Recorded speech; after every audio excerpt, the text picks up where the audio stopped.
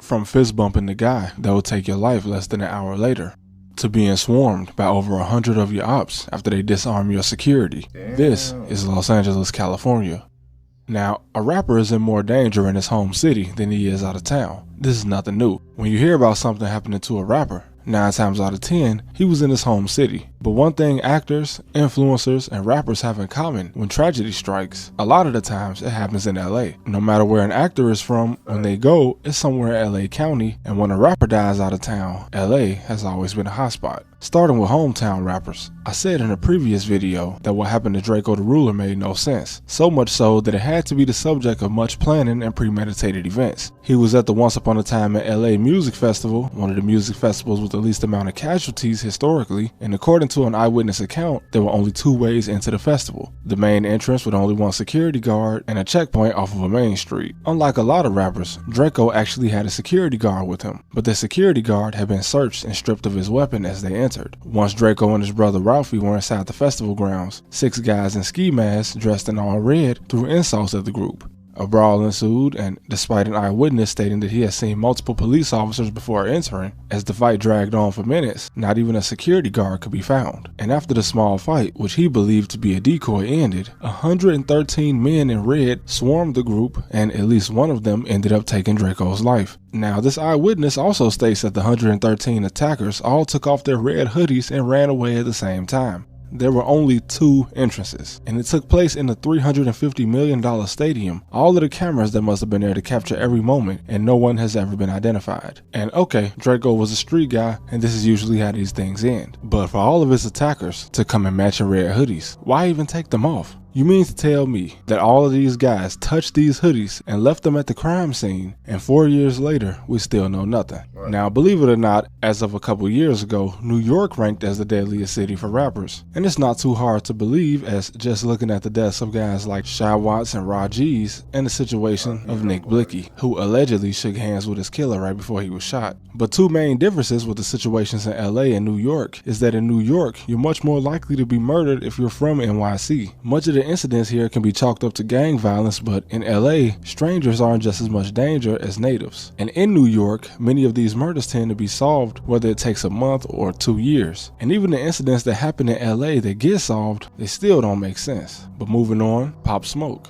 He was in Paris a month before he found himself in the Airbnb in LA where he lost his life. Now, whether you want to believe he got backdoored by the girl he was with or even one of his friends, all of that means nothing. Hiring an off-duty police officer for security in most cities is no more than $75 an hour, and it costs at least $1,500 to fly round trip from New York to Paris. My point is, it doesn't matter if someone in the house set him up or if it was completely random. Something as simple as $75 an hour could have prevented all of it. A man as high profile as Pop Smoke shouldn't have been moving anywhere without security, let alone Los Angeles. P&B Rock. Now, even LA natives agree that going to a Waffle House in South Central LA with just your girl and no security is not a smart move. But the most cold-blooded part about the story is that according to law enforcement, this is P&B Rock fist bumping the guy that called the killers in as he stood in line. Now, people get robbed every day, especially in LA, but a very small percentage of these turn fatal, and they usually only take a turn like this once the victim does something crazy like reaching for the assailant's weapon or their own. Now, a firearm belonging to P&B Rock was recovered from the scene, but it was reportedly still in his waistband, and him not being able to pull it out lines up with the statement his girlfriend gave police that as soon as the 17-year-old robber got the jewelry off of both parties, he just began firing. Now, there are many questions raised in a situation like this, because this is not a normal robbery. Taking over $200,000 worth of jewelry from a rapper is not something that usually ends like this. It often happens behind the scenes, but rappers get their jewelry taken all the time. Some file insurance claims, some just take the loss, and some just pay people to get it back for them. But why would someone that just came up on such a score make it hot like this? One thing a criminal knows about a rapper is that the rapper is not going to call the police or give them an accurate description. And especially when you're over 2,000 miles away from this rapper's home city, it's unlikely that he knows anyone in LA he can trust to get revenge on you.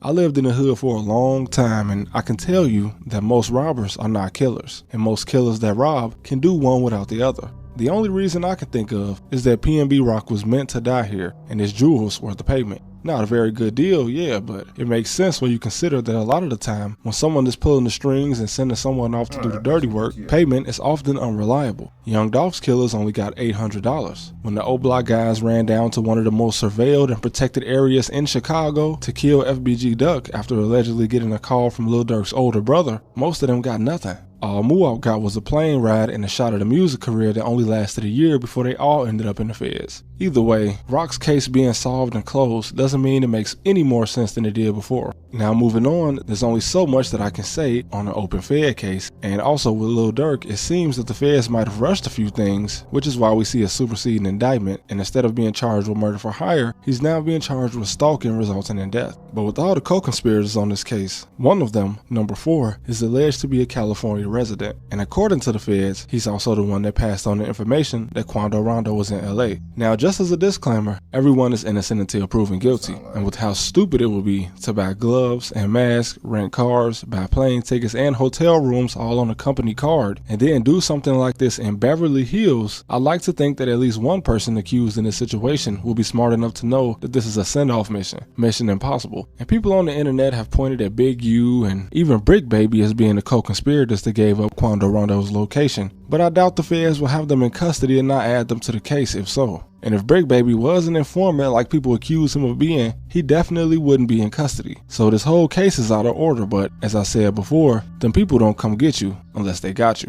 This is not LAPD, this is the FBI. But regardless of who's responsible, Beverly Hills is not somewhere you'd expect something like this to happen. The word brazen doesn't even cut it. If someone from LA did drop the location, surely they would have also mentioned that certain places in the city are more likely to draw attention. This is not Gary, Indiana or St. Louis. The area this happened in is full of millionaires and businesses with 4K cameras hanging off the entrance. I mentioned Young Dolph earlier, but if you remember back in 2017, an attempt was made on his life in front of a 4-star hotel, right around the corner from the Hollywood Walk of Fame. And Yo Gotti, the brother of the guy that was eventually implicated in Dolph's murder years later, was even named as a person of interest by LAPD. But this went nowhere. Dolph got into an argument with 3 unnamed men before being knocked to the ground, and one of the suspects produced a weapon and fired several shots. Now, one guy from Tennessee, most likely Memphis, Tennessee, was arrested, but he was also later released without any charges. And of course, in the following years, LA will see the death of Nipsey Hussle and many more. And now with Big U in custody, there's been a lot of talk about his connection to the incident at Nipsey's store, but the feds move at their own pace, so we'll get more information on that when we do. But a scary fact I came across is that the Los Angeles County Department of Medical Examiner is known as the coroner of the stars. And it's been called that for a while because, as I said at the beginning, this is where a lot of famous people have died. Now, a lot of this is just because simply these people lived in LA, it's the entertainment capital of the world, but there's also a lot of famous people that moved to Texas and Puerto Rico due to the tax status of those areas. Why anyone would willingly move to California and pay that state tax, I'll never understand. And the coroner's office also has a gift shop, which is the exact type of dark humor I don't like, and another reason I'm scared of LA. And no, this is not a gift shop started by some California small business used to capitalize off the popularity of the coroner's office. This is actually the gift shop of the medical examiner. As there is a market for this type of thing, just think of all of the people that go and camp outside their favorite celebrity's house when they pass. It's also a very overworked office, as with only about 260 employees, they have to handle the roughly 60 to 80,000 deaths in LA County each year. They do handle the whole LA County, which is more populous than 40 states, but if you ever become famous, keep your trips to LA short. I'm sure the locals don't want you out of towners there for too long anyway. Also, California is huge. You can be 6 hours away from LA and still be in California, so just remember that. I'm from a big city, so my rule is anywhere that I move cannot be bigger than the city that I'm from. Why? Well, because it takes too long to learn a city, to find all the good food, all the places you should avoid, and all the low-key spots you should visit. And LA is bigger than my home city, so that's off the list for me. I'd like to go to Malibu one time, but I honestly don't know if I can even afford to spend a full day there.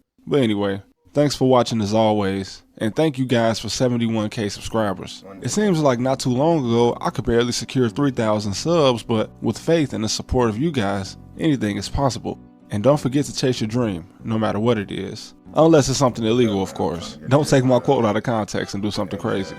Like the video, like, comment, and subscribe, and I'm gone.